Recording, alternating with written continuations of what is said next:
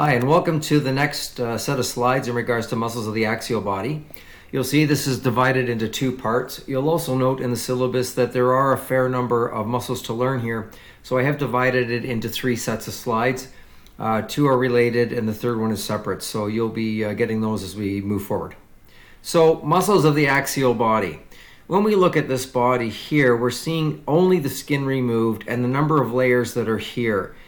When we look at the various layers, not all of them are considered back muscles. A number of them actually involve the movement of the upper limb, and those ones you'll be discussing in your section next semester in clinical anatomy. We will not be using those ones for our purposes here. So when we think about that picture and I talk about the layers, there are three groups to this axial area. There is a superficial group, an intermediate group, and a deep group. Now, when we look at extrinsic and intrinsic, you can see here that I'm saying that extrinsic back muscles are concerned with limb movements and respiration respectively. We have a couple of minor muscles that we're going to be doing in regards to respiration, but certainly we're not dealing with any muscles that are affecting the limb movements. And of course, the intrinsic back muscles are connected with movements of the vertebral column itself, and definitely that's what we're discussing here today. So we see them here in the diagram. We're looking here, we've got serratus here, which deals with the ribs. We have rhomboids here, levator scapula. These are very concerned with the movements of the scapula in regards to the movement of the upper limb. As well over here, we've got infraspinatus, lats, and so forth. What we're seeing here typically is the majority of muscles we will not be taking this semester because they do associate more with the movement of the upper limb than they do with the back. However, if we look deeper here into this area of the neck and so forth, we'll note that these are the muscles we have already some of them talked about and we'll be talking about today. So the superficial muscles, as I say, connect the upper limb to the vertebral column, which includes trapezius, latissimus dorsi, levator scapula, and the rhomboids. The intermediate muscles are the superficial respiratory muscles, which include the serratus anterior, superior, and inferior. The intrinsic back muscles, this is where we're headed, and these are deep muscles of the back. They are concerned with the maintenance of posture and movements of the vertebral column and head. The one thing I want you to be very aware of, because these are deep muscles, and as you can assume here, there are a variety of muscles that lie superficial to these ones. The question becomes, how do I palpate these particular structures if they are truly deep as compared to the others? The one thing I want you to take away is fiber direction. I don't know if you've taken this yet in your consolidation lab, but it is something you'll be discussing. What you'll note as we move through here, all the muscles have different angles in relationship to each other when they move from one attachment to the other. Ultimately, when we're going through a multitude of layers of muscle tissue, we stroke the muscle to get a sense of the fiber direction, and in most cases, this should give us a great understanding of what it is that we're actually palpating when we're moving through the thickness of the tissues. So remember that about stroking, and have a look when you look at the diagrams here as I go through these muscles as to the sort of direction of the fibers from medial to lateral or lateral to medial or superior to inferior. I'll somewhat allude to them when I'm talking about the muscles as we move through as well. And of course, when we look at deep versus superficial, they're named according to their relationship to the surface. So these would be the deepest of the first two groups in relationship to the skin. So we see here in this diagram, these are all the muscles we will be taking. I did hear a comment in class the other day about the large amount of muscles that need to be learned here. Don't let this scare you, because the first group we're going to be talking about, the erectors, they are only subdivisions. So although there seems to be a number of them, they are either one of the three groups, and then within the context of those three erectors are subgroups. So not quite as many as you might think starting out here. So let's do the superficial layer of the deep back muscles first, which is the splenius group, which we have already taken. But remember that they are bandage-like muscles. They're applied to the back of the neck, somewhat like a spiral bandage, and that they ascend from the median plane of the neck and the TVPs of the superior cervical vertebra to the base of the skull. So if you go back to the muscles that were related to the cervical spine, you will find the splenius muscle group there.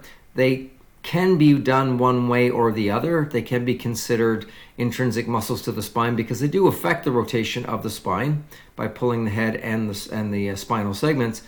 But I decided to put them into the cervical spine group rather than this group.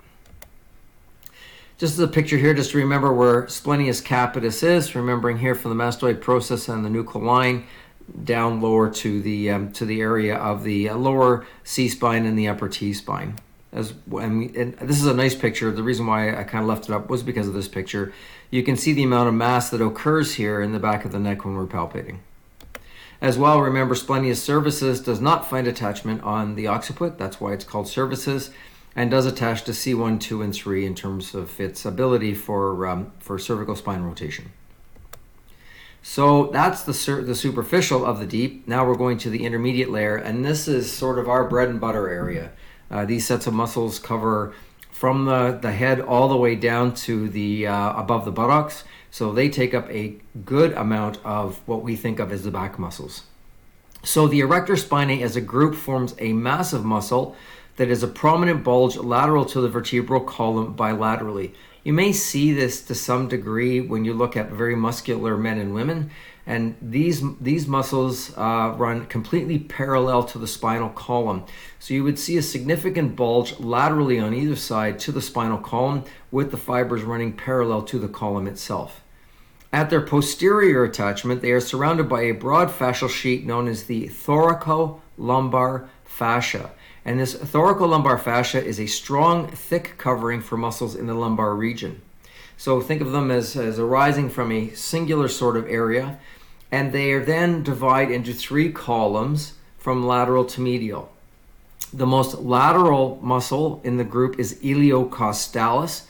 If you think of the name kind of from the ilium, remember costo is ribs. So these are going to lie laterally onto the rib cage. The intermediate of the 3 is called longissimus.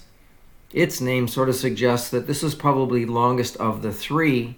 And then the medial group is called spinalis, and it is very close to the spinal column itself. They are then named according to their superior attachments, which we'll learn as we go through here. So we see in the diagrams here, we can see here is the thoracolumbar fascia here inferiorly, at its inferior attachment, and out of this thoracolumbar fascia arise the column of 3. So here we have iliocostalis laterally, longissimus intermediately, and spinalis the most medial. These are cadaver diagrams that give you a sense of where they arise from. So this is the superficial structures that have been removed, such as latissimus dorsi and trapezius and so forth. And we can see here this broad expanse, iliocostalis here, longissimus here, and spinalis deeply here on either side. The reason why I put this picture up is to show the level of thickness of the various muscles when we look at the back.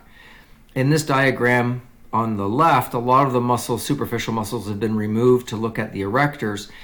In this diagram on the right, you can see that those superficial muscles remain. So here is the rhomboids from the scapula to the spine. Here is trapezius.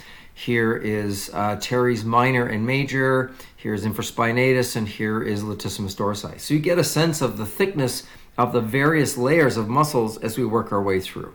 You will be discussing those in lab in terms of our approach to palpating them. So again, the attachments inferior is a common origin of the 3 is through a broad tendon which is attached inferiorly to the posterior part of the iliac crest, the posterior aspect of the sacrum, the supraspinous ligament, and the sacral and inferior lumbar spinous processes, and we know it as the thoracolumbar fascia. The superior attachments of the group find attachments along the spine, sometimes along individual ribs, all the way to the cervical spine and the skull as we move our way through. So we can see here in the diagram, here we are down here near the pelvis, and these muscles find attachments all the way up through entirely till we get to the skull. So let's talk about iliocostalis first. We'll remember that this is the most lateral of the group, and it is divided into 3 parts according to the region where it's involved. The most inferior is called iliocostalis lumborum. It arises from the medial iliac crest and the medial and lateral sacral crests at the thoracolumbar fascia and rises up to the angles of the ribs 7 to 12. Iliocostalis thoracis starts at the angles of the ribs of 7 to 12 and rises up to the angles of the ribs 1 to 6 and the transverse process of C7. And iliocostalis cervicis is the angle of the ribs 3 to 6 to the transverse processes of C4 to C6. How does one learn this, and how do I help you to sort of grasp onto all of this? Its names really do give you a sense of their attachments. So lumborum is the lowest of the group, angles of the ribs 7 and 12. Iliocostalis thoracis is from the angle of the ribs 7 to 12, 1 to 6, working its way up. And cervicis, angle of ribs 3 to 6, and of course cervicis because it finds attachment on the transverse processes of C4 to C6. So we can see here in the diagram, working our way up, here's lumborum, here is thoracis, and here is cervicis rising up accordingly. This is cervicis here. I've removed, you can see in this other diagram, you couldn't quite see its attachment site because of the thicker muscles in the neck. I did include this diagram that this is iliocostalis cervicis here, attaching onto the TVPs of the C-spine.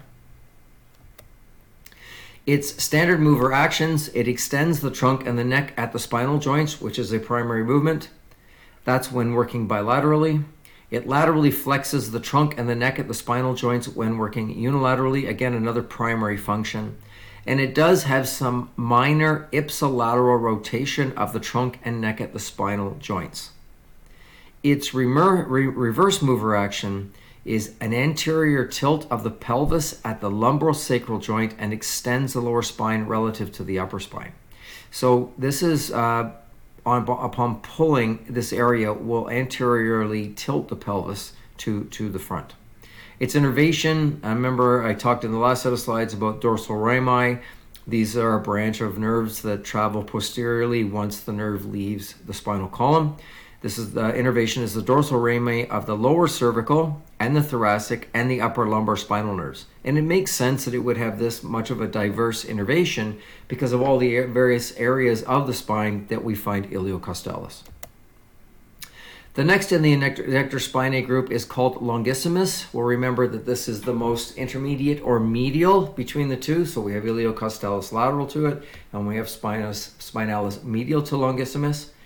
Its distal attachments run anywhere from the ribs between the tubercles and angles to the TVPs in the thoracic and cervical regions, all the way to the mastoid process of the temporal bone.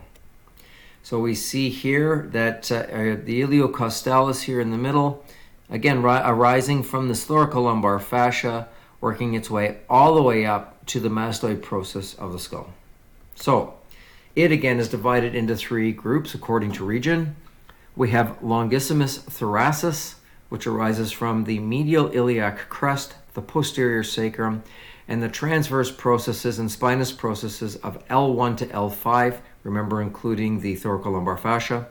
And it rises up to the transverse processes of all the thoracic vertebra and the lower 9 ribs. And this attachment is found between the tubercle and the angle of the ribs, which we talked about on Monday and we'll be talking about in my other class. Longissimus cervicis must tell us that it goes somewhere to the neck. It arises from the TVPs of the upper 5 thoracic vertebrae to the transverse processes of C2 to C6. The last one is longissimus capitis. Capitis because it does find attachment to the head. So it arises from the TVPs of the upper 5 thoracic vertebra and the articular processes of the lower 3 cervical vertebra to the mastoid process. So we see here longissimus working its way up. Here we've got the lower part of it, longissimus lumborum, thoracis is here in the middle, and then of course capitis rising all the way up to the top. Much better here. You can see longissimus capitis here into the mastoid process. It is another muscle one needs to think about when palpating in around this mastoid process. We have SCM and we have a number of others. So longissimus is just another addition to the attachment on the mastoid process. Well, here we are in the right lower part here, running up through into the thoracic area all the way up to the mastoid process.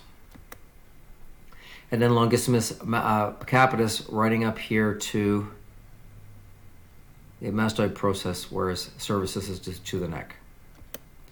Its functions, longissimus, is to extend the trunk, neck, and head at the spinal joints, which is its primary movement, again bilaterally. It laterally flexes the trunk, neck, and head at the spinal joints, primary. It ipsilaterally rotates the trunk, neck, and head at the spinal joints, kind of not primary for either the head or the spinal joints, but it does have an ipsilateral rotation because of its attachment to the skull. It is an ipsilateral rotator of the head.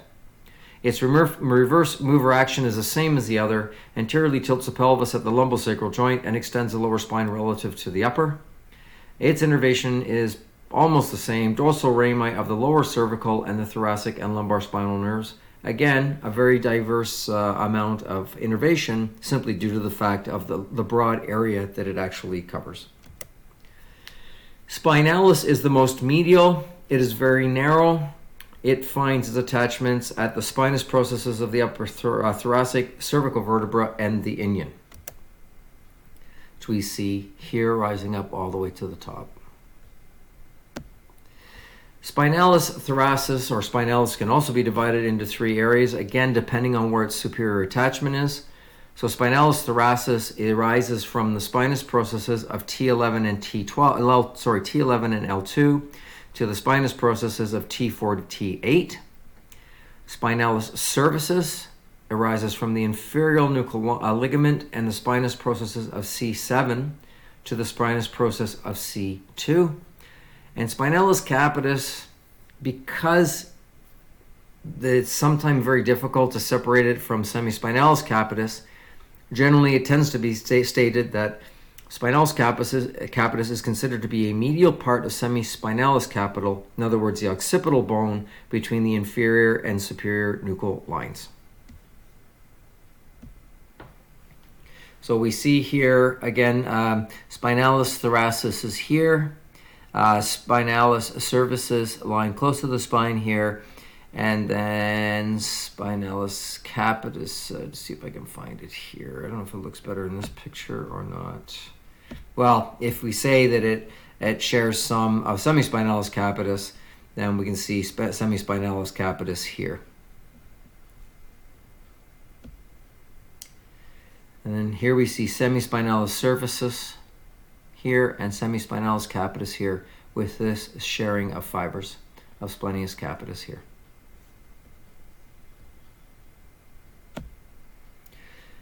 Spinalis' functions is to extend the trunk and neck at the spinal joints.